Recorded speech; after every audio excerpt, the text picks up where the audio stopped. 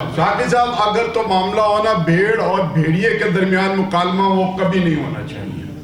اور آج بھی ہم عمران خان کو کہتے ہیں کہ خان صاحب اسٹیبلشمنٹ کے ساتھ کوئی بات چیت نہ کرو. انہوں نے ماضی میں بھی دھوکہ دیا ہے, اب بھی دھوکہ دیں گے اور آئندہ بھی دھوکہ دیں گے. لیکن ایک خونخوار بھیڑیے کے مقابلے میں اگر بھیڑیں اکٹھی ہو جائیں اور وہاں مکالمہ شروع کر دیں تو بات بن سکتی ہے.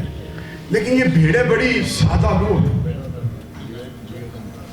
ان بھیڑوں کو بے وقوف بنانا بڑا آسان ہے اور یہ سمجھانا کہ تمہیں بے وقوف بنایا جا رہا ہے یہ بڑا مشکل ہے.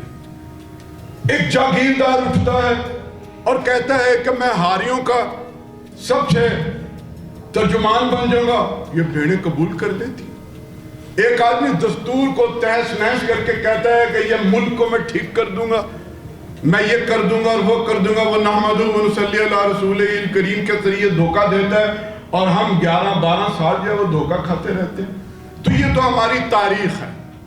ہمیں مکالمہ بنیادی چیز پہ کرنا چاہیے, اس کی جو اوپر شاخیں ہیں اس سے ذرا ہٹ جائیں. اگر اس اصل بنیادی چیز کو ہم ٹھیک کر لیں گے تو معاملات بہتر ہو جائیں گے. وہ بنیادی چیز ہے اس جمہوریت کی تخم خبیث. یہ جمہوریت نہیں ہے, یہ حکومتیں ہیں. جو آج کی حکومت ہے, جو کل کی حکومتیں تھیں, جو پرسوں کی حکومتیں تھیں, وہ جمہوریت نہیں تھی. پاکستان میں جمہوریت نہیں ہے, بچہ جمہورہ ہے. اس بچے جمہورہ بھی یہ لولا لنگڑا قسم کا ہے. یہ طے کریں کہ ہم نے پاکستان کے اندر جمہوریت لانی ہے. اور عابد ثاقب صاحب جدوجہد کر کے مزدوروں والی جمہوریت اس ملک کے اندر بنا لیں, مجھے قبول ہے. اور اگر مجھے موقع مل جائے تو میں اسے اسلامی حکومت کی شکل دے دوں تو مجھے یقین ہے کہ اس جمہوری جدوجہد سے عابد صاحب بھی اس کو قبول کریں گے, چاہے یہ اپنا اختلاف رکھتے رہیں. جمہوری جدوجہد کے ذریعے کریں گے. مجھے یقین ہے کہ جب وہ جمہوری جدوجہد کے نتائج آئیں گے نا تو ہر چیز آئے گی. میں مغرب کی جمہوریت کو بھی خراج تحسین پیش کرتا ہوں کہ لوگوں کی خوشحالی ہے. یہ منافقت ہے, یہ تخم خبیث ہے کہ جس کے نتیجے کے اندر ہمیں کچھ نہیں ملتا. ایک طبقہ ہے وہ حاوی ہوا رہتا ہے. تو میں یہ کر رہا تھا کہ حکومتوں کی بحالی نہیں, بحالی جمہوریت کے لیے ہمیں جدوجہد کرنی چاہیے. یہ شرکت اقتدار ہے. ہمیں انتقال اقتدار کے اوپر جو مکالمہ کرنا چاہیے. اور اس کے لیے میں یہ سمجھتا ہوں کہ وقت بڑا کم ہے, لیکن اگر یہ طے کر لیا جائے جو مقبول ہے, جیسے تیسے بھی مقبول ہے, جہاں جہاں بھی مقبول ہے, اسے قبول کیا جائے.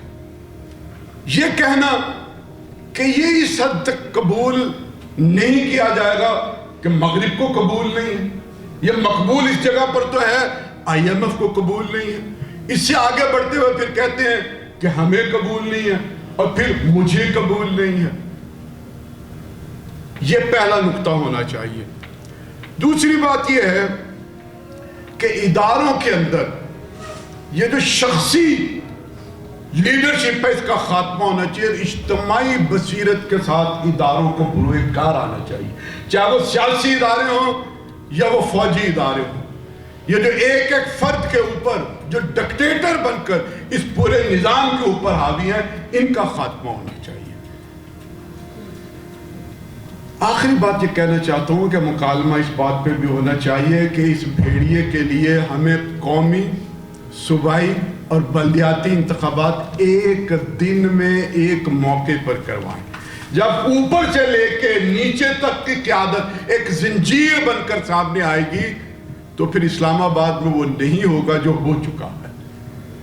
آپ کے بلدیاتی ادارے نہیں, آپ کے مخلص کارکن جو ہے وہ آپ کی جدوجہد کے لیے ساتھ نہیں نکل پاتے.